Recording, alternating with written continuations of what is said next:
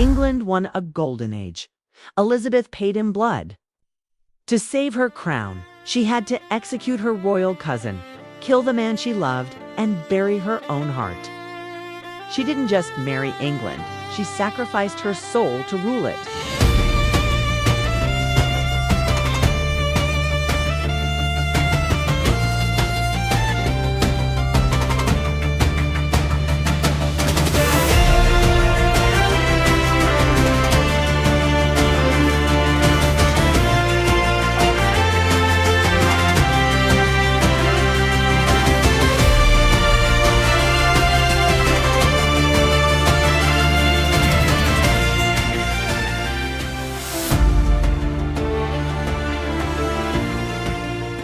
The origin story of Elizabeth Tudor is not merely a biographical chapter, but a profound study in the catastrophic collision between dynastic ambition and the brutal realities of 16th-century biology. Born into the velvet-draped chambers of Greenwich Palace on September 7, 1533, Elizabeth was the living embodiment of a political gamble that had torn Europe apart. Her father, King Henry VIII, had defied the Pope, severed England's 1,000-year spiritual tether to Rome, and annulled his marriage to Catherine of Aragon, all for the singular purpose of securing a male heir with his new obsession, Anne Boleyn. When the royal physicians and astrologers who had confidently predicted a prince announced the birth of a girl, the shock was palpable. The triumphal jousts were cancelled, the bonfires were extinguished, and the Te Deums were sung with a hollow, dutiful resonance rather than genuine joy. Elizabeth's very existence was an embarrassment to the king's virility and a threat to the stability of the realm. Her descent from pearl of the world to a bastardized outcast was swift and horrifying. Before she could form lasting memories of her mother's face, Anne Boleyn was arrested, tried on fabricated charges of adultery and incest, and beheaded by a French swordsman on Tower Green, a method of execution Henry considered a mercy. The 3-year-old Elizabeth was immediately stripped of her title, declared illegitimate by the Second Succession Act, and exiled to the periphery of the court at Hatfield House. There, she grew up in a household where her governess, Cat Ashley, famously had to write to the king's ministers begging for funds because the former princess literally had no clothes that fit her. This childhood of deprivation and terror. Watching her father cycle through wives like disposable commodities, Jane Seymour dying, Anne of Cleves discarded, and the young Catherine Howard dragged screaming to the block, forged a psyche of impenetrable steel. Under the tutelage of the great humanist Roger Ascham, she immersed herself in the Stoic philosophies of Cicero, and Livy, learning to mask her sharp intellect behind a veil of submissive silence. She understood, with a precociousness born of trauma, that in the Tudor court to be visible was to be vulnerable, and that her survival depended entirely on her ability to become a political chameleon, unthreatening yet ever watchful. To support our deep dive historical documentaries, please give us a like and subscribe to the channel. Don't forget to turn on the notification bell for the next chapters in this royal saga. Now, let us return to the Tower of London, where Elizabeth faces her darkest hour, the most terrifying ordeal of Elizabeth's pre-regnal life, and the crucible that ultimately made her a queen. Began in the chaotic aftermath of Thomas Wyatt's rebellion in 1554. This Protestant uprising, which aimed to prevent Queen Mary I from marrying Philip II of Spain, collapsed at the gates of London, but the paranoia it ignited in the Marian regime was lethal, although Elizabeth had prudently barricaded herself at Ashridge House. Pleading severe illness to avoid any involvement, the Queen's advisors needed a scapegoat to purge the Protestant threat permanently. A troop of soldiers was dispatched to arrest her, dragging her from her sickbed in the dead of winter for a grueling journey to London. The psychological terror culminated on Palm Sunday when her barge approached the Tower of London. As she stared up at the gray, weeping stones of the fortress, she realized she was being taken to the very place where her mother had been executed less than 20 years prior. Entering through Traitor's Gate, the water-level entrance that usually marked a one-way journey to oblivion, Elizabeth famously refused to step onto the rain-slicked stairs, declaring to the heavens, "Here landeth as true a subject, being prisoner as ever landed at these stairs." Once incarcerated in the bell tower, she was subjected to weeks of relentless, high-pressure interrogation by the Queen's Council. Men like Bishop Gardiner sought to entrap her into a confession, dissecting her every word for a hint of treason. Yet Elizabeth displayed a mastery of what would become known as Tudor ambiguity. She wrote letters to Mary that were convoluted masterpieces of evasion, affirming her loyalty while admitting nothing, and famously using her diamond ring to etch lines of defiance into the glass window of her cell. This period of imprisonment was not just a trial of endurance, it was a masterclass in political survival. She learned to control her fear, to trust absolutely no one, and to use the perception of her own weakness as a shield. The girl who entered the tower was a frightened princess. The woman who eventually emerged was a hardened survivor, fully aware that power was the only guarantee of safety. The transformation from a prisoner-fearing execution to the supreme ruler of England occurred on November 17, 1558, a day that would be etched into the English consciousness as Accession Day. Elizabeth was at Hatfield House, living in a state of watchful anxiety, when the messengers arrived to confirm that her sister Mary was dead. The legend that she was found reading a Bible under an ancient oak tree is perhaps apocryphal. Yet it perfectly encapsulates the image she wished to project: a pious, steady virgin chosen by Providence. Upon receiving the coronation ring, she fell to her knees, invoking Psalm 118. "This is the Lord's doing, and it is marvelous in our eyes." But the realm she inherited was far from a marvelous prize. It was a nation on the brink of total collapse. The treasury was empty, looted by years of foreign wars. The currency had been debased to the point of worthlessness, causing rampant inflation and hunger among the peasantry, and the recent loss of Calais, England's last continental possession, had been a devastating blow to national pride. More dangerously, the country was a religious tinderbox, deeply fractured between entrenched Catholics who viewed Elizabeth as a heretic bastard and radical Protestants returning from exile with a thirst for vengeance.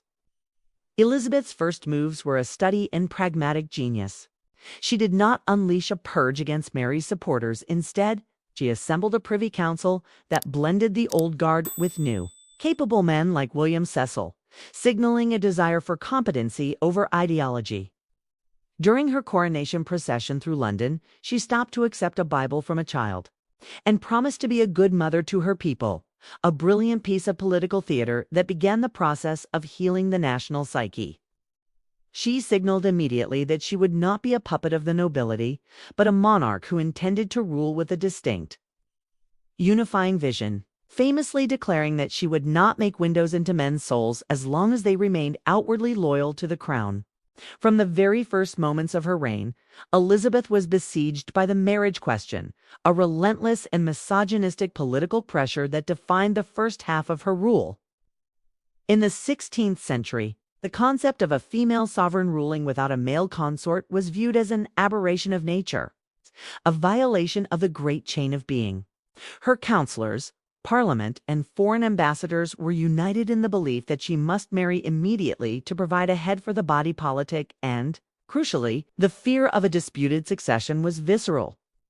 With the bloody memories of the Wars of the Roses still fresh in the collective memory, suitors flocked to the English court, turning it into the most active marriage market in Europe.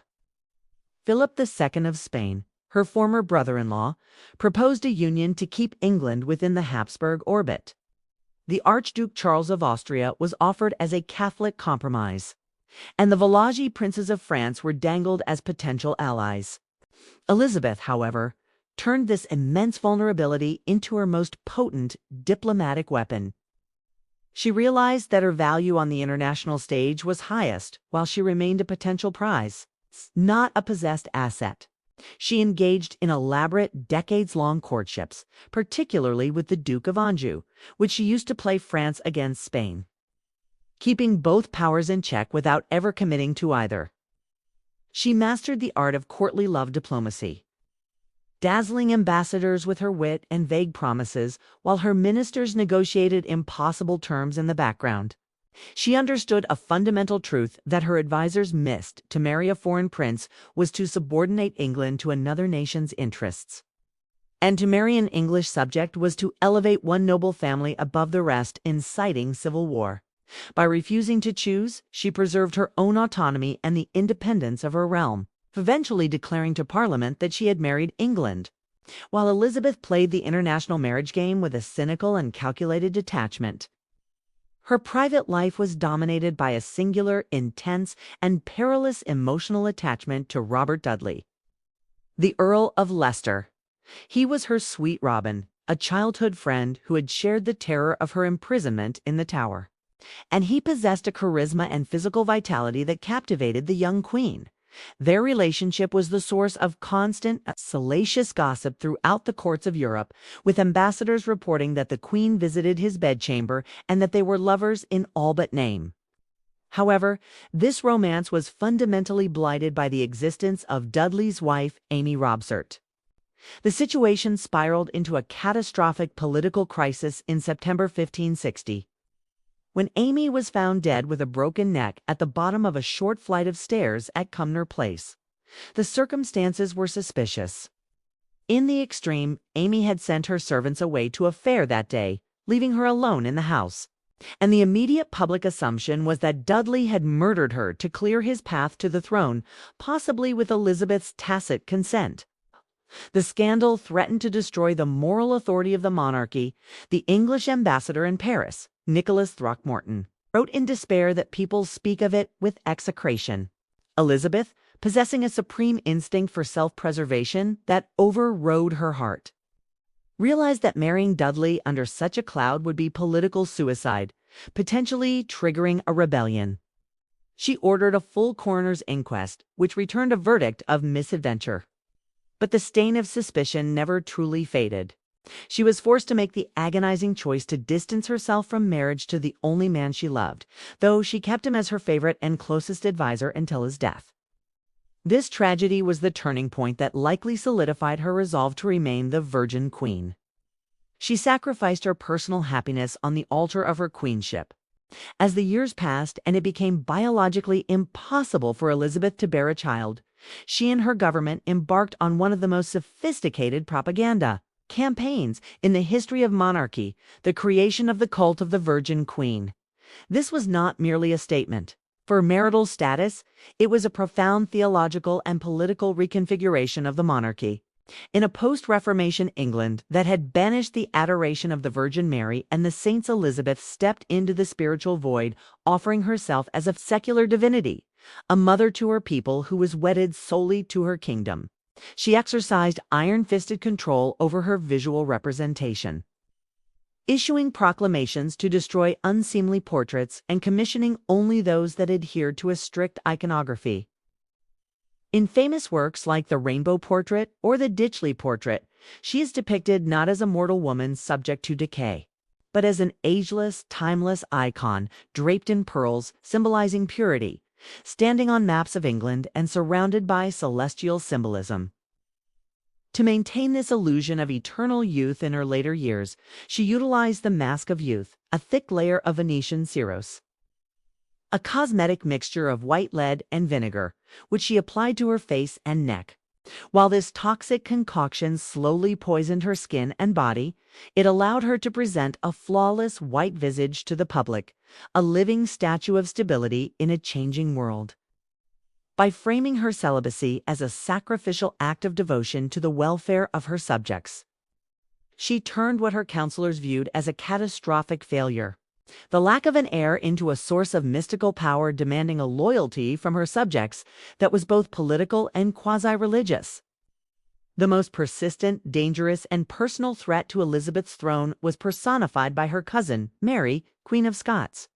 Mary was the mirror image of Elizabeth, a devout Catholic, a mother, and a woman who had been raised in the pampered luxury of the French court, lacking Elizabeth's hardened political survival instincts. From the moment Mary quartered the English royal arms with her own, claiming that Elizabeth was a bastard and she the rightful Queen of England, she was an existential menace. When Mary was forced to flee Scotland in 1568 after a disastrous reign marked by the murder of her husband, Lord Darnley, and her scandalous remarriage to the Earl of Bothwell, she crossed the border into England expecting Elizabeth's support. Instead, Elizabeth found herself in an impossible geopolitical trap. To restore Mary to the Scottish throne was to install a hostile Catholic on her northern border. To execute her was to violate the sacred principle of the divine right of kings. To release her was to hand a weapon to France or Spain. Elizabeth's solution was to imprison Mary, moving her between various damp, secure castles in the Midlands for 19 long years. However, stone walls could not contain the threat. Mary became the living figurehead for every Catholic conspiracy in England. The Northern Rebellion, the Ridolfi Plot, the Throckmorton Plot, all had the same objective: to assassinate the heretic Elizabeth and place Mary on the throne to restore the old faith. For 2 decades, Elizabeth sat on a powder keg, resisting her Parliament's demands for Mary's head, knowing that while Mary lived, she was a magnet for treason. But killing her might unleash the full wrath of Catholic Europe. To counter the subterranean world of Catholic plots and international espionage, Elizabeth relied on the dark genius of Sir Francis Walsingham, her principal secretary and the architect of England's first modern intelligence service. Walsingham was a Puritan of fierce intellect and uncompromising zeal, who believed that England was engaged in a cosmic war against the forces of the Antichrist, the Pope, and Spain. He constructed a vast invisible web of spies, double agents, and informers that stretched from the docks of London to the Vatican itself.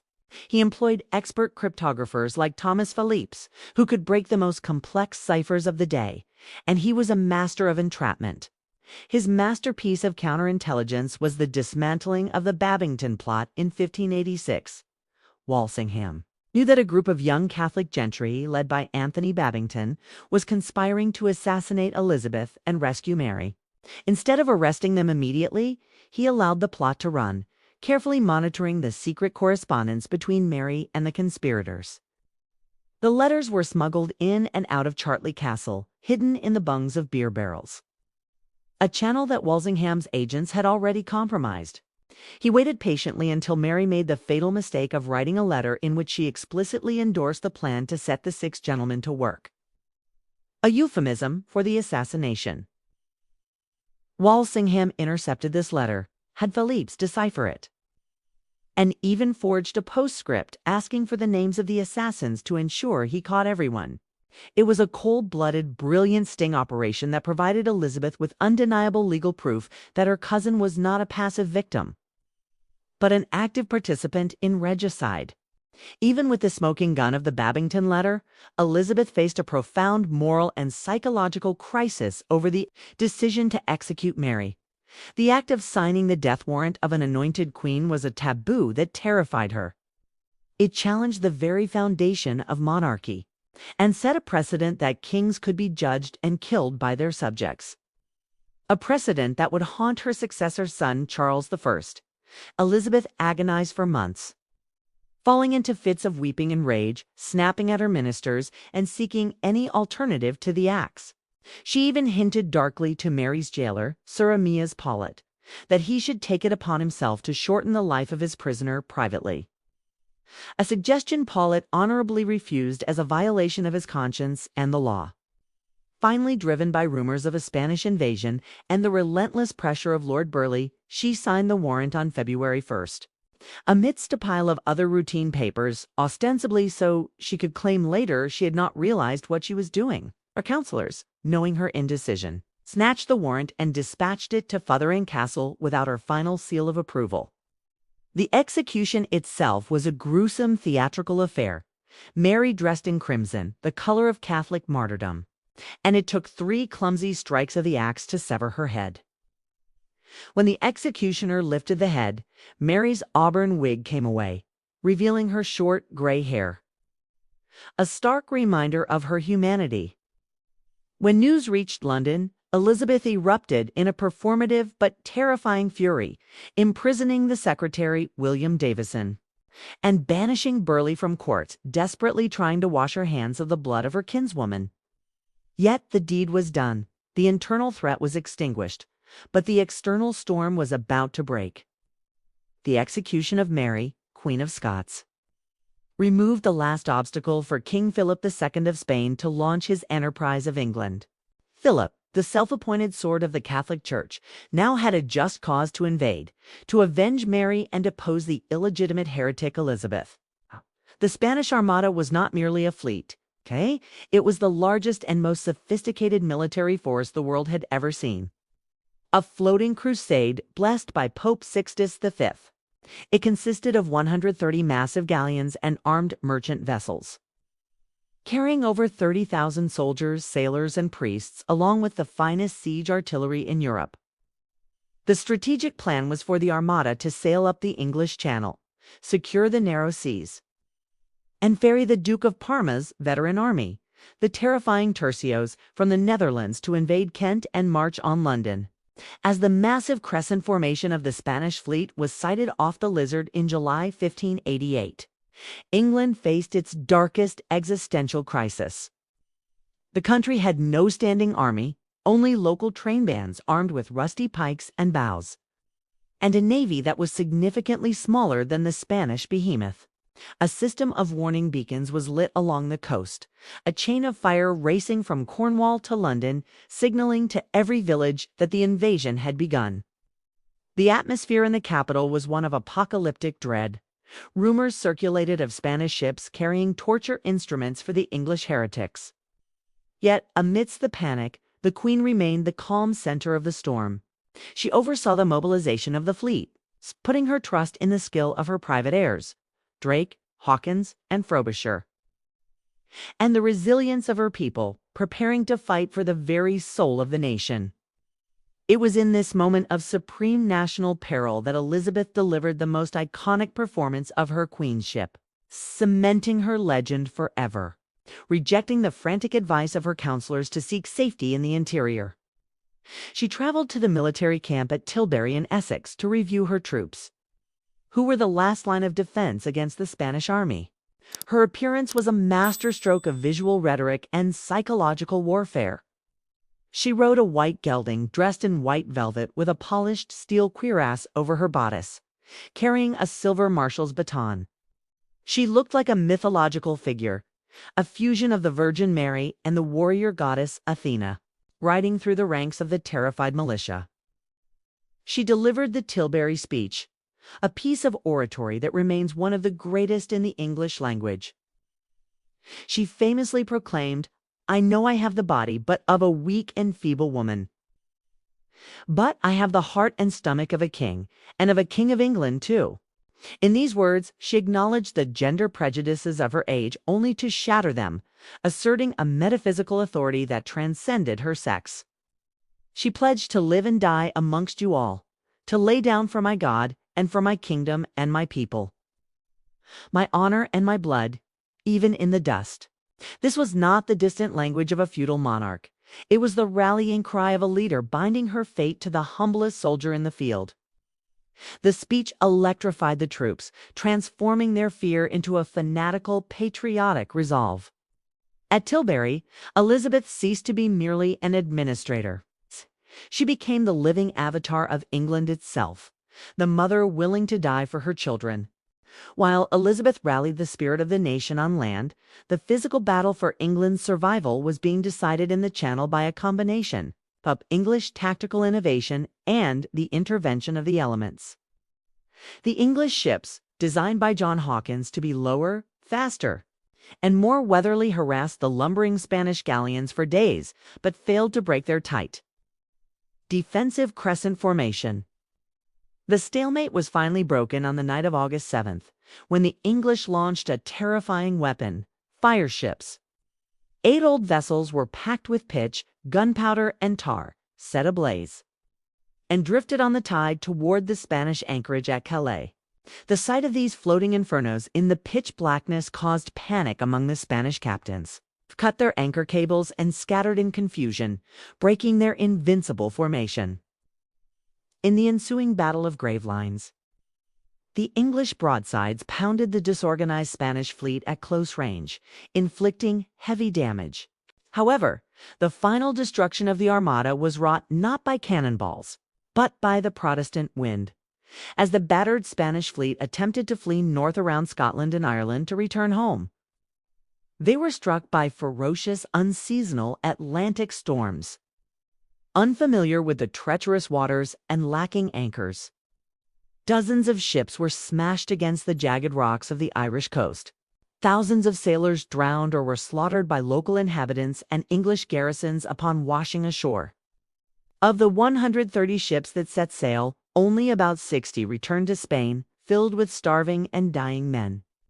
Elizabeth's government hailed the victory as a divine judgment, minting medals with the inscription Flavit Jehovah et dissipati sunt, God blew, and they were scattered, confirming the belief that God was on the side of the Virgin Queen. The glorious aftermath of the Armada, however, did not lead to a happily ever after. Rather, it gave way to the melancholy and stagnation of the 1590s. The Golden Age was tarnished by economic depression, a series of disastrous harvests that led to famine, and the crippling financial cost of the continuing war with Spain. The aging queen found herself increasingly out of touch with a new generation of courtiers who had not known the perilous early years of her reign and who chafed under her cautious, parsimonious policies. The embodiment of this new, reckless spirit was Robert Devereux, the Earl of Essex, a dashing, arrogant young nobleman and the stepson of Leicester. Essex sought to manipulate the queen, mistaking her advanced age for senility and her affection for weakness. Their relationship was a volatile cycle of passionate quarrels and reconciliations.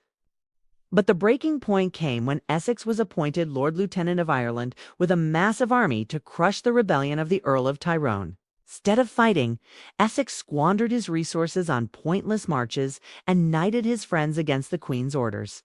In a final act of incompetence, he made a humiliating truce with the rebels and deserted his post, racing back to England to throw himself at the Queen's mercy. He burst into her bedchamber at Nonsuch Palace before she was wigged or painted, seeing the Queen in her natural, ravaged state, a violation of the royal mystique that she could never forgive. Banished from court and facing financial ruin, Essex's mind turned to treason. In 1601, he launched a chaotic, suicidal coup attempt, marching through London hoping to raise the city against the Queen's evil counselors. The rebellion failed miserably, and Elizabeth was forced to sign the death warrant of the last man she had truly loved. The execution of Essex was a final tragic assertion of her authority, but it left her emotionally shattered, an isolated figure surrounded by ghosts.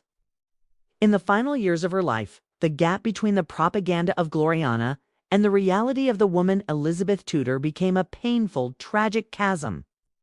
To the public, she was still the ageless Virgin Queen, the symbol of national triumph. But in the privacy of her chambers, she was a frail old woman fighting a losing battle against time and decay. She relied increasingly on the mask of youth, layers of white lead makeup, to hide the deep wrinkles and smallpox scars, a toxic vanity that slowly poisoned her blood and likely contributed to her cognitive decline. She lost her appetite, her teeth blackened and fell out, making her speech difficult to understand, and she suffered from bouts of deep, paralyzing melancholy. She was haunted by the deaths of her closest friends and advisors, Leicester Walsingham, and finally her rock lord Burleigh, leaving her alone in a court of ambitious young strangers who were already secretly corresponding with her successor in Scotland. As death approached in March 1603, she refused to go to bed, standing for hours on end, or sitting on cushions on the floor, terrified that if she lay down, she would never rise again. She became a silent, spectral figure, staring into the void with her finger in her mouth. A tragic tableau of a ruler who had controlled everything for 44 years, but could not command the tide of mortality. Her ladies-in-waiting watched in helpless reverence as the indomitable spirit that had defied popes and armadas slowly faded up. Yet she remained stubborn to the end, refusing to name her heir until the very last possible moment, clutching the reins of power until her fingers went cold.